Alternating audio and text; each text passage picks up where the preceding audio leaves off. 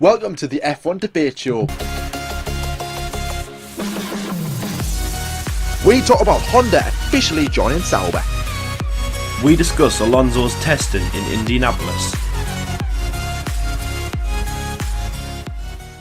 For the past few months it has been big rumours, but this week it has been announced that Honda is to partner with Sauber for the 2018 season and supply another engine to a Formula 1 team, which is really good news in my opinion. Not. So without destroying one team, they're going to destroy another team. So yes guys, if you have been living under a rock for the past couple of years, basically Honda rejoined with McLaren in 2015, reuniting the amazing partnership that they had in the late 80s, early 90s, and obviously it didn't go to plan. Honda have just been terrible since day dot. McLaren have been nowhere near to where they want to be, to where they used to be, to where they, progress has been very limitless. 2016 was improvement. 2017 has just been absolutely awful. So you're probably thinking, so hang on a second, if Honda is bad for one team, why are they going to another team? Obviously they are going to Sauber. Now obviously we covered this a little bit last week, just briefly, we kind of glazed over it, but obviously that was only when it was rumours. Obviously now it's officially confirmed. So we're just going to basically look at the little facts and just basically, a little bullet point, let's say, just to, basically why Sauber have chosen to go with Honda. Now, obviously, one of the big reasons is costs. Now, as we all know, Sauber are not in the best financial position right now. They don't have they don't have the big bucks that Mercedes and Ferrari and Red Bull get. They're always at the back. So obviously, they're going to have to look for some alternatives. Now, for this season, they are using a year-old Ferrari engine, like they did last season, because they can't afford the 2017 engine. So obviously that means that they're not going to be up to pace with the 2017 cars. They're going to be nowhere near, as like I said, the likes of Ferrari, Mercedes. They're going to be nowhere near, and probably even the midfield bunch who obviously have 2017 engines. So Sauber need to improvise with the 2016 engine. But now, obviously, with the partnership with going to Honda in 2017, 2018, sorry, it was rumoured that, probably about March, I would say, that Honda were looking to go to another team, possibly even forming their own team, and people were like, come on, that is just rubbish, because we've seen what they're like with McLaren. And then as the months went on, as the season sort of went, more progressive, the rumours got stronger and stronger and stronger, and this wasn't like a little gossip, clickbait type of thing. This is actually pretty serious. And obviously, as we covered last week, Honda actually had talks with Sauber, and obviously them talks agreed, terms agreed, and they've signed the deal, and obviously put pen to paper. And Honda is going to ruin Sauber's season. I'm sorry, I don't mean that. I mean they're going to have a very nice, comfortable relationship in 2018. Any Sauber fans out there, welcome to my world as a McLaren fan. It is not very nice. So yes, as I said before, cost is a big thing, because as I said, Honda are going to offer Sauber a cheaper engine. It is what Sauber needs. They are going to be up to date. However, they might not be at power. But obviously we have been criticising Honda a lot recently. You probably see, every single episode I think we've mentioned at least McLaren or Honda in at least an episode, and we've given them a lot of stick. However, I'm going to give them a little, I wouldn't say credit, but I'm going to try and give them a little bit of encouragement, I would say, because I could actually see a positive thing coming from this, because now Honda basically turned around and said this week that the reason that they've gone to Sauber is because that they want to get more data. Now, if you're only powering one team, like obviously what Honda are with McLaren, you can't really get as much data from one team as you can as to suppose if you're supplying 3 or 4 teams, like Mercedes, like Ferrari. Ferrari have their own team, they're powering Haas. Mercedes, obviously powering their own team, powering Force India, powering Williams, so they can get loads and loads of data from each of them teams, put it back to base in Germany, and just go through the numbers and try and right, okay, this season's engine was good, let's look at the data and let's see how we can make next season's engine even better. Honda can't have that, because they only supply one team.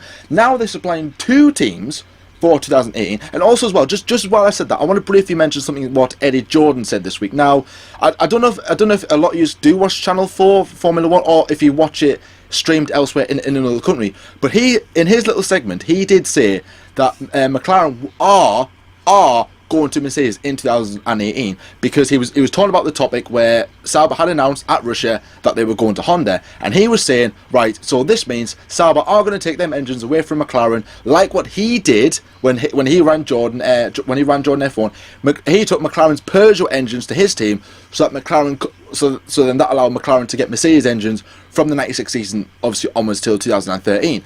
So, and he said that McLaren are going to Mercedes power. Now, McLaren have said, nope, that isn't the case. That is strictly untrue. We are very happy to continue working with Honda, and I don't know why you said that. I really don't know why you're happy to continue with that bunch of, smart idiots.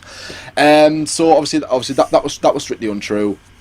So obviously now, as I said before, about the data, gather as much as I can from both sides of the camp now, and obviously putting all that data away to the factory, to the base in Japan. Happy days. Hopefully that Honda can be restored to this once great engine that it used to be. So, right, Lyle, let's get your opinion on this. Now, as I said before, we quickly covered this, and we got our opinions when it was only rumours. Now it's officially true. Now we officially know Honda are going to Sauber next season. What is your actual, proper, genuine thoughts right now? Are you actually surprised? Or are you like, okay, this is quite sensible, this from Sauber? I mean, Sauber, we're always like a backfield team, so whatever they tried, wouldn't have like a massive effect.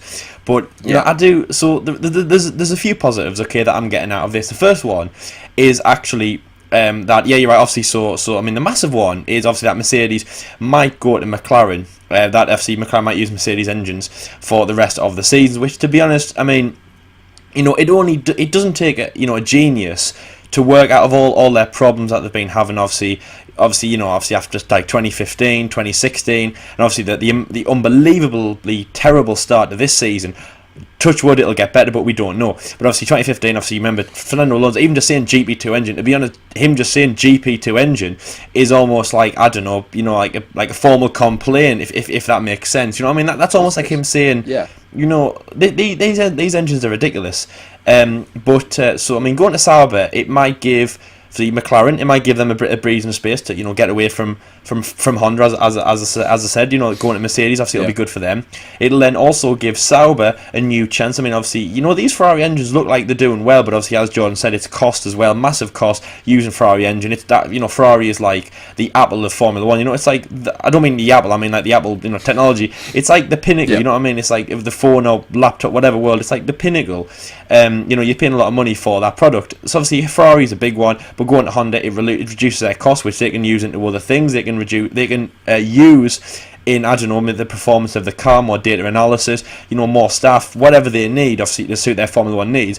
And then the third reason, okay, it might also give Honda a chance to kind of revamp things. Because then they might be thinking, well, I tell you what, hang on a minute, guys, okay, obviously McLaren aren't, they are midfield, let's say, they're not at the back yet, even though they kind of are. They are still a midfield team. I mean, obviously, remember they were at the top, and then they're being dragged down, probably dragged to the middle. Anyway, so McLaren, big team, big legacy in that. And then Honda might think we've got too much going on that. Then they might think, okay, well, I'll tell you what, if we take a step back, go to Sauber, who are obviously, let's just call them the second off last team from like last year, and just like a midfield slash to the back of the grid. Maybe we can kind of like sneak in more upgrades and things like that. Maybe we can kind of work behind the curtain, if that makes sense. And then it'll give Honda a chance to think, well, let's just revamp things. If anything, I mean, I know it's bad on McLaren, but they have had 3 years of testing, if that makes sense. To see what they're like in modern day Formula 1. They're not good. Okay, then let's take that on board and let's not just leave, because then that'll ruin our reputations as well as McLaren's, and obviously our amazing reputation for the 80s and 90s. Let's then go to another team. Let's work on the engine and let's get better. Because I'll tell you something, right? McLaren Honda at the moment aren't good. A Sauber Honda might be good, and I'll tell you something, that would work really well, because then people will look, and then they might even just erase McLaren. They might even erase like Honda's history with obviously McLaren from 2015 to 2017. You know what I mean? They might even erase that just when they remember it. They might think, oh, do you remember the amazing Honda days of obviously through the 80s and 90s with drivers like Ayrton Senna? And then also, do you remember the Sauber Honda days of 2018 to I don't know whenever, and it might be successful. So I think I think out of the three parties that I've just mentioned there, it might actually be helpful for Honda as well, for an engine provider to just get their things right. Go back to Sauber. I do think they could revamp. I think they have more of a chance there. Because I'll tell you something though, John, when they came in 2015, obviously 2014 was an average year. I mean, obviously McLaren have had a good, they've had a lot of bumps since 2012, since obviously JB and LH's days. Obviously their last win in 2012. 2013 wasn't great, 2014 was better, but then still McLaren are a team who should be out there to win. So when Honda came in, along with Fernando Alonso, they would probably have been thought, okay, Honda are going to take us to the next level. If anything, that is loads of pressure on Honda's shoulders. So they might have thought, well, that's actually bad for us. That's destroying us. This pressure that we're getting is actually destroying us. So then if they go to Sauber, people will think, oh, well, look at the rubbish years that they've had at McLaren. We're not expecting them to win. They can kind of, as I said before, they can kind of work, when the garage is closed. They can kind of incognito. They can really just kind of get to the basics, and work the way up. And then hopefully, eventually, maybe in the 2018, 2019 or 2020 season, if they're still here with Sauber, make an engine that is actually worthwhile. Because I'll tell you something, I think they are working with McLaren, they always are.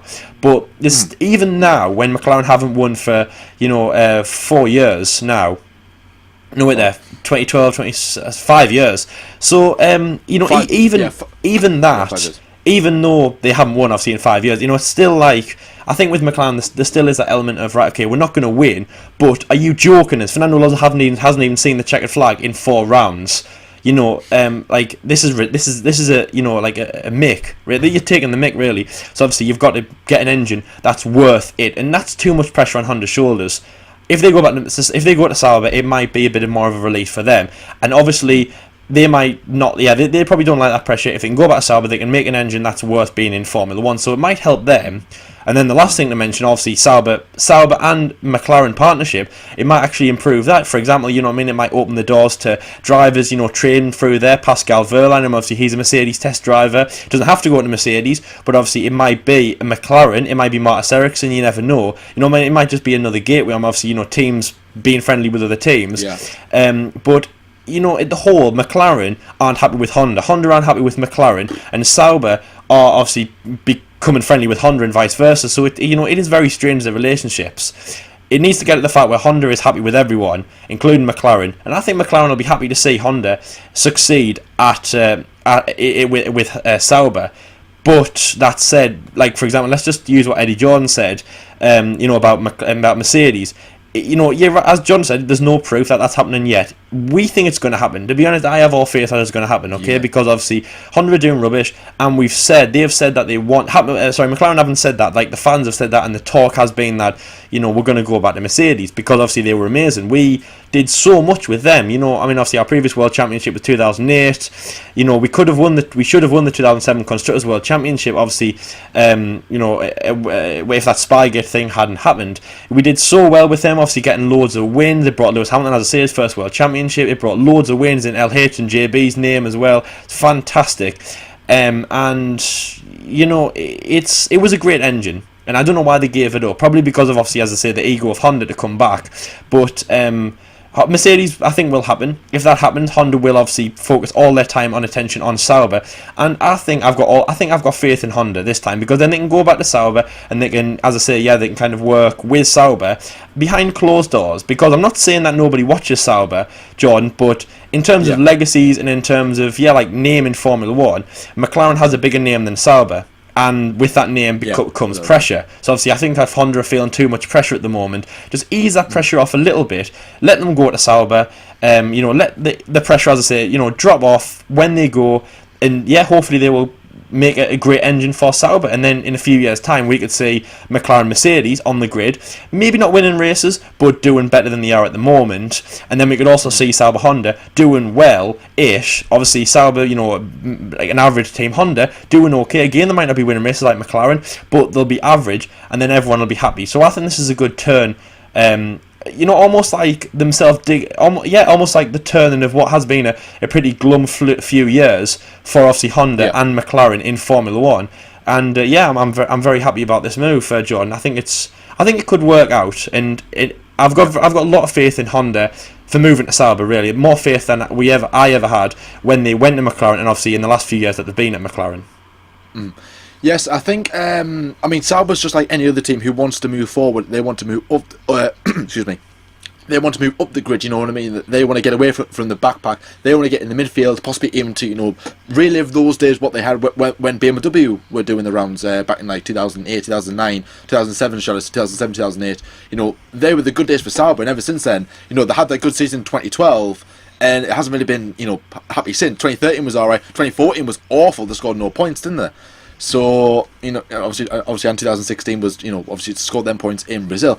But surely that the staff, not the staff, but some of the head guys, like Kaltenborn, for example, the team principal, she said this week, we are very happy Sauber's coming on board, we're very excited for the future, we're very happy to see what they have to offer. Surely, somewhere in the back of her mind, she should be thinking, looking at McLaren's and Honda's record and going, have we actually made the right decision here? They must be scared. Do you think they're scared? Do you think I wouldn't say scared, I would say worried that this might all fail because, right, just what I was saying before about McLaren sticking with Honda in 2018 and then Honda going to Sauber to get more data. Say, right, let's try and picture this scenario, right? So 2018 season comes along, McLaren still the Honda, Sauber, are with Honda. They have a good season, okay? Say McLaren's 4th, 5th, Sauber's 6th or 7th. That's quite progressive. Breaking news, in about October 2018, Mercedes to power McLaren in 2019. Okay, brilliant. Okay, Mercedes coming back to McLaren. Happy days. Let's try and get them championships back. So Sauber's like, right, okay, we've got a Honda engine for another 2-3 years. Right, okay, we've had a good season. Let's go. The 2019 season comes along. Oh no, Sauber have got bad reliability. They've got bad form or whatever because as I said before, the lack of data. But obviously by then the engines will be different, or obviously the ruling will probably, I would imagine, be changed. So then Honda's like, okay, we're back to the same scenario with McLaren because we're only powering one team. And then if that scenario does happen, or if that does pan out, so do you think in order for this to work, does Sauber need McLaren at Honda, or not at Honda? Not at McLaren rather, but maybe at another team. So do Honda need to be at another team to help Sauber or to help McLaren to do better? Or do you think, okay, if they have one season as supplying two teams, now they go to one, they should be okay? What do you think? Obviously that's a big thing because at the moment, obviously they're powering Ferrari. Ferrari don't just have one. They aren't just in one team. They're not in. Obviously, their main team is Ferrari. They're a few teams back is Sauber. So as you just said, their Honda will have only one team in mind, and that'll be Sauber. I think that'll be good though at the end of the day, because then they can focus all their time on that. I'm not sure if being with McLaren will help them. I'm not sure also if McLaren will be kind of happy with that, because obviously if you at the end of the day, McLaren, it's almost like their diamond in the rough. Honda, it's their secret weapon. If that makes, obviously it's not in the last few years as we've seen, but when they brought Honda into Formula One, I think if Honda, if they stay with the Sauber and they leave McLaren, I think that'll be helpful for Honda, because then they'll think, well, we're only focused on one team, we can get things right. And that's the thing that I'm thinking of. They just need to get things right. It's almost like, when you're having a bit of a bad day, you've got to kind of, go in your room and, kind of think about things. And you don't just rush into different decisions. I don't know, maybe you've got decisions to make. I don't know. You know what I mean? You don't just rush to something. You evaluate every single thing. It's like anything. It's like a massive decision, a massive, essay at school or whatever. You've got to just think about every single opportunity. You've got to think about every single... especially at this time of year, obviously, with there being exams and stuff coming soon, isn't it? So not like May, June time. So options for people and that, but you know what I mean. So you've got to think. Obviously, if your options are going to Sauber or going to McLaren, I hope they are, because obviously that's a great school, and I wish I went there. But as I say, we only got the options of geography and business studies. I'd like to have had the option to go to Sauber, probably Sauber more than McLaren. But anyway, so obviously you've got to think about everything. And that's probably one of the big questions. Will Sauber, if Honda obviously now Honda are going to Sauber, we know that. Will Honda then stay with McLaren for 2018 and onwards? And who will want that? Like, and obviously leave your comments in the description. What do you think? Do you think Honda will stay with McLaren, or do you think they'll just stay with Sauber? Do you think they'll focus on one team, or as John said, do you think they'll get more data, and obviously it'll basically help them improve in Formula One if they're in two teams? And oh my god, that is a massive B just outside my window, just to break that story up. Wow. Breaking news! Lyle has a B. That better not come in. The window is fully open at the moment. Oh my god, that's going to come in now. Oh wow. Anyway, so oh my god, that is going to come in. I hope it doesn't. So yeah, and so obviously, I think it'll help if they're with one team. So John, what do you think? Do you think it'll be McLaren? Do you think Honda will want to stay with McLaren? Do you think McLaren will want them to stay if they're with Sauber? As I say, so is Honda? Do you think it'll be better if they just stay with one team, if they focus on that? Or I think it's better if they're with two teams, and as you said, they can get more data, possibly, but just be with two teams so they can help McLaren and help Honda. I think we'll have to wait and see probably about 2018, whether Honda stay with McLaren or not. Because quite frankly, McLaren don't want Honda there right now because the partnership that we've had since they came in, the form has been horrific. It's been so bad. Words can't describe how bad it actually is. But as like I said, obviously we keep relating to Honda supplying two teams, so we've got to wait and see to see what the future holds, basically, because obviously I've just explained that scenario that might not happen. Honda might leave McLaren and run off in the distance with Sauber and bond a brilliant partnership with Sauber. BMW did it. BMW only partnered Sauber in 2008. They won a race. They finished second in the constructors. Or was that 2007? That was 2007 because McLaren got kicked out of the championship. But still, second place. That's pretty impressive. You know what I mean? So obviously, if McLaren were there, that would have been third. So it can be done. But obviously now it's a different day and age. But what they've also got to look at. I don't want to go into too much detail now about what I'm about to bring up. But obviously this will be for another video. But the engines are changed in 2021, aren't they? So Honda have got to think about that in the back of their minds, thinking, right, well, actually, it could be too late to come to think about it. It might be too late because 2020 season, right? McLaren are still with Honda. We win the constructors. We win the drivers' championship. Stoffel Van Dorn wins the drivers' championship. Amazing. Right, that'll happen. 2021 season comes along. Oh, the engine rules have changed. Honda. Oh no. We're back to square one. We're back to 2015 McLaren again, and yeah. So Honda must have that in the back of their minds, the 2021 engines. But obviously that's for another video. I don't want to go into too much detail about that. But just back to your question there, Lyle. I'm going to say it's all about time. We've got to see how Honda's moves to Sauber affects Honda's relationship with McLaren, because then McLaren might look at that and go, okay, right, you're powering there, you're still in Formula One, we don't care, fair enough, okay, we want to go to Mercedes, we want to move up the grid. But no, it's a very complicated topic, obviously trying to go more in depth into it, but I do believe that there is light at the end of the tunnel for Sauber. I keep saying Sauber for Honda, McLaren for Honda. It gets very complicated eventually. But no, I think there is light at the end of the tunnel for Honda in Formula One. I think the future might get better, but as we said before, only time will tell. So Fernando Alonso at the Russian Grand Prix was absolutely terrible. He parked up on the formation lap just outside the pits, didn't even make it around the lap. It was almost the same as what Stoffel Van Dorn did in Bahrain. So basically, long story short, Fernando hasn't seen the checkered flag in 2017. An unbelievably terrible start. Is it ever going to get better?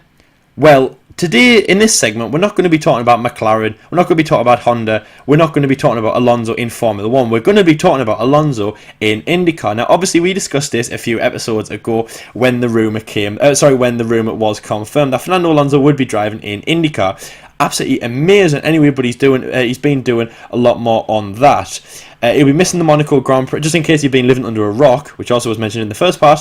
If you've been living under a rock, Fernando Alonso will miss the will miss the Monaco Grand Prix, and JB, Jensen Button, obviously the British driver who drove last year for McLaren, will be stepping in for him. So obviously it'll be Button and Van Dorn at the Monaco Grand Prix. But this segment is about Fernando. Anyway, so on Wednesday, the 3rd of May, he did what the Indianapolis 500 calls the rookie testing, which was mandatory. So obviously this was his first time in the car, which obviously was really great for him. could see what the car was going to be like. Anyway, so he tested it at the Indianapolis Speedway, which obviously is going to be used for the Indy 500 race. It was very, very great, obviously, to step into the car about 3 weeks before the event, and Alonso was happy. Honestly, he was absolutely chuffed to bits. He was actually happy in the car. Wow. So obviously his quotes were saying, so far so good with the experience, but now starts the real training. This is the real thing. It's going to be a very hopeful day in terms of the knowledge, and it's going to be difficult, a very difficult world that I'm stepping into and getting up to speed with Indy 500 and how the Indy cars work for a little bit. There is a long way to go, but I'm happy with the first step. Now, the reason that we're kind of, like glitz and happy is because obviously Fernando Alonso isn't. You can definitely tell he wasn't. Obviously, I mean, Jordan, he was pretty like peeved off, wasn't he, in Russia? They were telling him on the formation lap. They were telling him on the formation lap about like the ERS and stuff like that, and he was just going mental. He was thinking, guys, are you joking? I'm the driver at the end of the day. Yes, I can press buttons in the car to try and fix it, but you have to give me a good car. That failed, and he was like, honestly. So obviously he left Sochi, flew straight to America, took the red eye, as they say, and did the rookie test. So obviously that is really, really great. He was flying around the car. The live stream was also on Facebook. We shared it on the F1 Debate Show's page, so please go and check that out. He had to complete 3 laps of running, which was 10 laps at an average of 205 to 210 miles an hour, followed by 15 laps at 210 to 215 miles an hour, and 15 laps at 215 to 220 miles an hour to see if he was up to speed.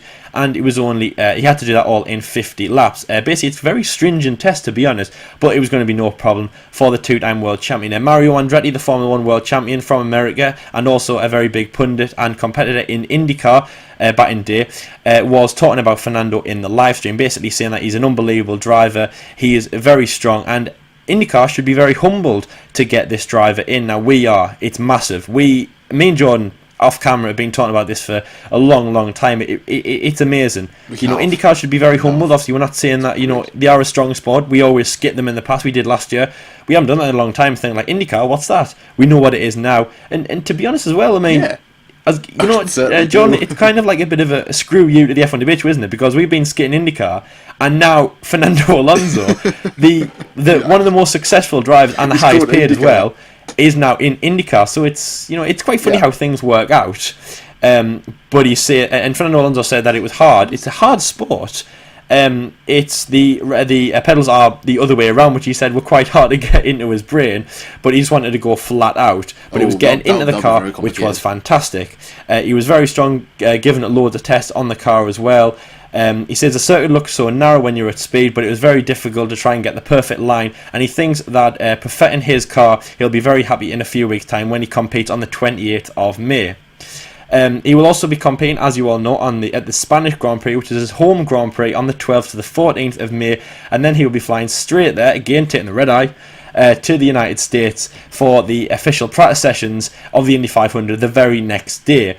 The competitors will have to do a total of 30 hours of practice over the 5 days before a qualifying weekend on the 21st of May. The pole position is decided on the Sunday. It's a long, very stringent testing.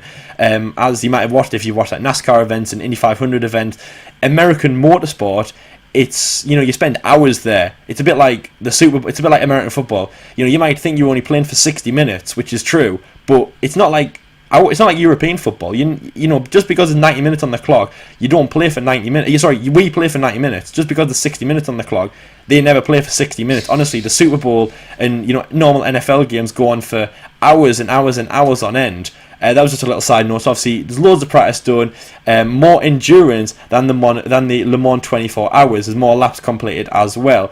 But as we mentioned in the last event, that he's going for the Triple Crown, which obviously is where you win the Monaco Grand Prix, which Fernando Alonso has done twice in 2006 and 2007, and he's been very, very close on a good few occasions. The Indy 500 and the Le Mans 24 hours, as I've just mentioned. That would be unbelievable for him to do. He would go down in history as the first person ever to do that amazing feat, and I mean, what an amazing guy to do it, and it would be great for him. Zach Brown, which is the McLaren I'm just going to say director, the McLaren director, which obviously is Zach Brown, he says that the chance to give this chance that we're giving Alonso will be amazing. We wanted Fernando to be running at the front in Formula 1, but in IndyCar he deserves to be at the front. They feel really kind of annoyed that they're not. They feel like they're not giving Fernando their chance, but in Indy, this chance that he's getting is unbelievable for him. He's actually getting the chance to almost to win. We don't know how Fernando's going to do, but he's starting afresh. He is not starting a third season of an unbelievably crap and unreliable engine, which is Honda. He is stepping into an IndyCar, which is brand new for him. His prospects and his kind of enthusiasm is going to be through the roof, and everyone is happy for him. He's actually smiling on all the photos that we've taken at the track. In Sochi, okay, he was glum and just go home. I mean, come on, guys. I don't want to do interviews. Let's just go home. Let's just go. Let's just leave. Yeah. And let me just think about my home race. I'll be excited about it, but then I'll be like, well, no, I'm not going to be, because obviously I'm using a Honda engine, for God's sake. The only thing I'm going to be happy about is that people are speaking my own language, and that it's, Spain. And that he can go home and have a home-cooked meal. But it's not that. He's gone to the States, he's had a lot of fun testing this new car, he has been happy, he's been very happy about it, he gives us loads of encouragement about it, very encouraging. I mean, we are so encouraged about this, it's amazing. He's getting loads of interviews where basically in every single interview he's done, he said that he's just enjoyed it all, he loves this, he's so excited about it. It's like he's like a kid at Christmas, really, and this has been a long time Christmas coming, you know what I mean? Like 3 years. He needs this. It's amazing. It's almost like, I don't know, having like a spa day or something. It's almost like Fernando's. He's got away from all of his McLaren wars and he's come to Indy 500 to have a bit of a fun time. Yeah. It's going to be fun. It's going to be hard, but as long as he's enjoying it, it's like that old motto that people, that said at like primary school sports days. It's not the winning that. What did they say? It's not the winning that counts. It's the taking part, something like that. But it's not. It's not the taking part. It's not the taking part that counts. It's the winning that matters. No, it's not. But I forgot what I was saying there. But what I mean? It's like that, really. It's like as long as Fernando's enjoying himself, he'll do well. And then the last thing I'm going to say about this is hopefully he'll bring that into his racing in Formula 1. Fernando gives it everything, as we all know. It might give him more prospects on the car, but obviously, even if Fernando wins in IndyCar, which obviously hopefully he does, let's fingers crossed. I'm definitely going to put a bet on that. Yeah. Hopefully he will as well. But coming back for Canada, hopefully the car will stay well for him, because that would be an amazing feat. Just imagine if he won Indy 500 and then won the Canadian Grand Prix. Just imagine lap one of the IndyCar of the Indy 500. What happens to that car? Honda engine failure. Imagine how bad that would be. It'll be a little bit inside me would be like, that's pretty funny actually. But 95% of me would be like, right, that is so it. Basically, okay, so now that John just said what that might happen. Now, obviously, if that happens, Fernando Alonso will not be happy at all. Basically, I think you'll have this mentality that the world has kind of turned against him in motorsport. Honda has actually turned against him. Anyway, so the thing that we're going to be mentioning in this is Fernando Alonso the right person to stay in Formula 1 now? Now that Fernando Alonso is happy at IndyCar, he hasn't even done a race, but he's done practice sessions. Is he happy? He wants to be in motorsport, but is Formula 1 the right motorsport to do? Yes, it's a pinnacle. Yes, it's a great sport to be behind. I think obviously all the money's in Formula 1. This, that, and the other. So he's 2-time world champion in the sport. But isn't he now better than looking at something else? And I know we're kind of speaking a few weeks ahead of ourselves, but if this IndyCar race, the Indy 500, if that works out for him, do you think he will then look at IndyCar and think, I'm going to actually stay in this?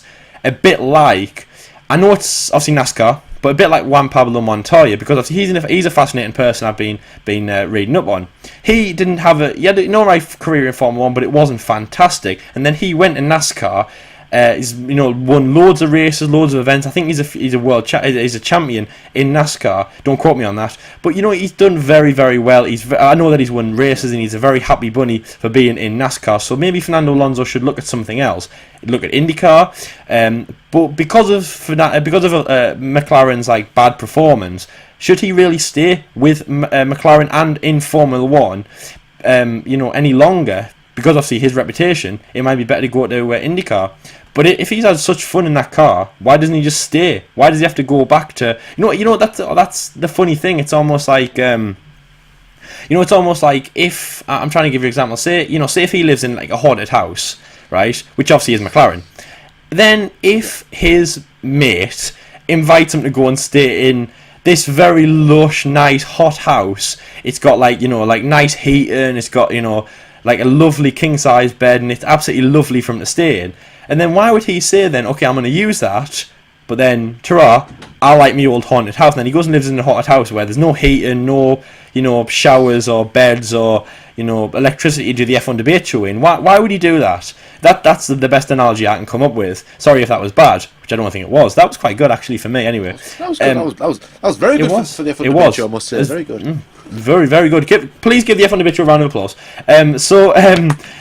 Anyway, that's my analogy. So basically, John, is Fernando Alonso, should he, if he's having fun in IndyCar, I know this is just a practice session, but if he's having fun in IndyCar, which we haven't seen that smile on his face since the mock of obviously when McLaren stood on the podium in Brazil 2015, and like really, probably, I don't know, he's probably going back to maybe something like, the start of 2015 when he had hopes in McLaren, but then probably maybe like I don't know, for example, one of the races in 2013, obviously when he was battling Sebastian Vettel at Ferrari. You're going back a very long time to see that. Anyway, so the question is, do you think he should stay in with McLaren and in Formula 1 when he knows that there's better opportunities that he can reach and that he is going to reach and that he already has, if that makes sense? Do you think Fernando is kind of, he's not right for Formula 1 anymore? Do you think he should go somewhere else for himself? I think, well, for me, Fernando Alonso's heart belongs in Formula 1. That's where he wanted to be when he was a kid. He went through, the lower ranks to get to where he is. He's not a two-time world champion for no reason. You know what I mean? He worked hard for that. He's a very good driver. He's very well respected. His heart wants to be in. He belongs in Formula 1 for me. I think only reason why he's competing in the Indy 500 is because he wants to win the Triple Crown. After this is all done, I believe he might leave Formula. Once he leaves Formula 1, that's when he's going to go to Le Mans, compete in the endurance racing of the season. Obviously, like going to Germany, Silverstone, China. I think they go to they go all around the world. Like what Mark Webber did. Go to the Le Mans as an endurance racer and win it there. But for me, it's like you said before, he wants to win a third world championship before he leaves, before he retires. And obviously, he's not going to do that at McLaren because, he's getting on now. He is going to consider retirement. Say one day, I don't know, he leaves Formula 1, he doesn't win a second world championship. He's already won the Indy 500. He goes off to sign off on the endurance calendar, wins the Le Mans 500. Okay, Le Mans 500, come on, that was, wow. The Le Mans hours. The Le Mans 24 hours, he wins that, he's won the Triple Crown. Amazing. He's going to earn himself so much respect in all aspects of Formula 1. Not only in motorsport actually, but in sport in general, you know what I mean? That's like, winning like 4 trophies in a football season or 3 trophies in a rugby season, or you know what I mean? Well, there's the BBC Lifetime Achievement Award on Spotty going to Fernando Alonso if he does that. That'll be pretty incredible. It's also like winning all the big majors in golf, isn't it? You know what I mean? Like, that's pretty much like the equivalent of like, Le Mans and the Monaco Grand Prix. It's probably like the Grand Slam in tennis actually, because obviously exactly. If you win, you've got 5 Opens around the world. If you win all those, which obviously people like Andy Murray, Roger Federer have done before, that is as a Grand Slam. You have a few with your name, and they're considered to be some of the best players ever. And they're well respected, as like I said, not only in sport, not only in their respected sports, but in sport as a whole. And for me, the only driver I know who's respected in all sports is Michael Schumacher. Lewis Hamilton, fair enough, because he's British, but I don't think he's as respected. For me, Michael Schumacher, I think worldwide for what he's done, it's amazing. Okay, he hasn't won the Indy 500, he hasn't won the Le Mans, but still, you know what I mean? Like, obviously he did that because he earned his respect in Formula 1. Alonso wants to make the same legacy, but obviously he's now going to have to go further adrift to sort of make himself known, like, yoo-hoo, I'm here, hello, I'm still here, you guys, Fernando Alonso still exists. It's obviously by doing this, but it's great for him. But for me, Alonso's heart stays in Formula 1. It should be in Formula 1, in my opinion. He's just doing this, just like I said, to try and get the Triple Crown. And obviously, as ever, guys, let us know your opinion. Does Fernando belong in Formula 1? Even if as I said before, goes to endurance, comes back, he might compete in the IndyCar again, just to win it. Again, that would be pretty incredible. I don't know. I think we should research the record, but I don't know if an F1 driver has won it twice, back to back, or twice in the history. I know. Obviously, my favourite driver ever, Jim Clark, he won it in '65, but then after that, he sadly passed away. But obviously, he never competed in it since. From my knowledge up here as of now, I don't know, but I think we should look. I think we should actually look into that and maybe try and go. The F1 debate show knowledge is on point. Oh yes, definitely. We should try and go more in depth about that, about the Indy 500, possibly maybe in one episode. But I already said to you last week that we're going to do the Indy 500 debate show. No. I'll tell you what. That's why I'm not. That's why I'm not spilling the beans. We're still doing that. Oh. No, I'm doing that. Oh, I don't know what you're doing. Oh yes, because I'm doing that. You're not doing that. Yep. I'm doing it. You're doing that. No, I'm doing it. Oh, you're doing it. You're not doing it. I am doing it. You're not doing it. I'm doing it. You're not doing it. Oh, right. Okay. Right. I'll tell you what, guys. Fine. Okay. Here's a question for you. What do you want to see? Do you want to see me do the Indy 500 debate show, or do you want to see him do the Indy 500 debate show? Leave your comments down below, because I imagine they're going to go to me. But I don't know. We have to be nice and open it up to you guys. Unbelievable. Hashtag Team Jordan over here. But hashtag Team Lyle, and it is happening. A bit like the hashtags. Oh, by the way, guys, remember to use the hashtag Team whatever for the Friday grids. Remember, guys, because obviously that is going to be it's getting spicy. Remember, it's getting very spicy now. Round 5 in Spain coming up. As to who's going to win. It's tight. It really is. But no one's doing a Fernando Alonso yet in his McLaren and conking out on 0 points. Not yet, anyways. But anyways, guys, we're getting a bit off topic, anyways. But this is where we're going to wrap up this episode. Thank you very much for watching as well. If you have liked this video, then please give it a like. Comment on anything about what we've said. Whether you agree, disagree, whatever. We love to hear feedback from you guys. We're getting a lot of feedback recently. I'm liking the communication on our Facebook. Yep. Go like us on Facebook. Follow us on Twitter. Tweet us, DM us, do whatever you want. Join in the debate. We like a bit of a debate. Create a topic for us. What do you want us to talk about? That's something that yes. If you're still watching this, congratulations. But also as well, if you want us to talk about a certain topic, obviously in Formula One related, then I'm sure we've got some time to make an episode about it. Yeah. Of course we do. We want to hear suggestions from you guys. Fans, or if you're just here just to pass the time, give us something to talk about. And if you do enjoy what we do, please subscribe as well. We love every subscription we get. At time of recording, we are actually nearly at 200. Nearly at 200. That's pretty impressive. I'm happy with that. Which is great. Yeah. I'm sure Lyle's happy with that as well. But anyways, guys, thank you very much for watching. Take care, and we'll see you later. See you later, guys.